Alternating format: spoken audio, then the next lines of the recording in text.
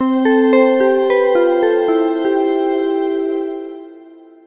you want to pump more milk? Then you're in the right place. In this video, I'm going to share my top tips for pumping more milk. My name is Katie Clark, and I'm a certified lactation educator, a certified breastfeeding specialist, and an IBCLC student.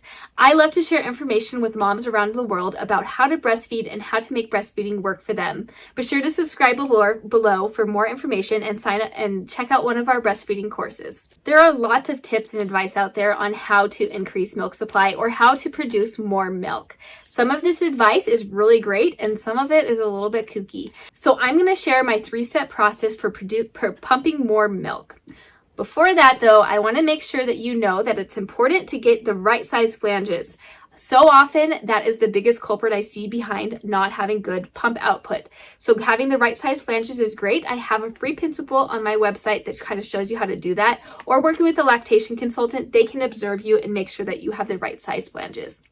So let's get into the meat of this video, how to pump more milk. This is what I recommend doing.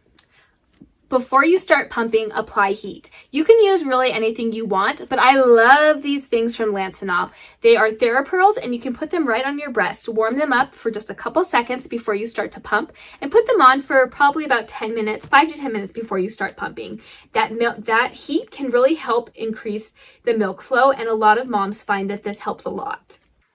Next, you want to do massage and compressions. This isn't something where you're going to be, really pressing there on the breast.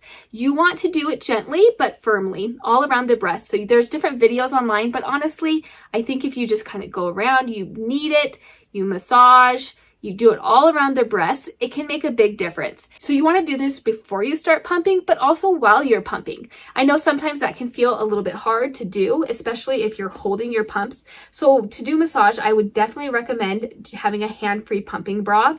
There's some great ones out there. My favorite is from Kindred Bravely.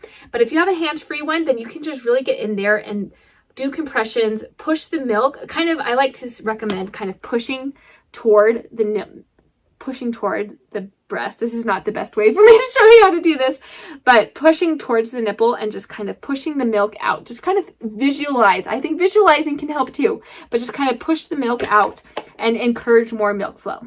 My last tip is about hand expression after you're done pumping. I am a huge fan of hand expression, and I think it's a great way to get a little bit of extra milk. I think that getting your hands in there and having that hands-on pumping experience and the hand expression can really help get you a little bit more milk out that the pump hadn't been able to get before. So as a review, my top tips for doing this are applying heat before you pump, doing massage and compressions before you pump, but also while you pump, and then finishing with hand expression. For more tips and tricks on pumping, be sure to follow on YouTube and check me out on Instagram. And you may also be interested in my class, Demystifying Pumping and Milk Supply. It gives you even more advice on pumping to make sure that you are producing enough milk.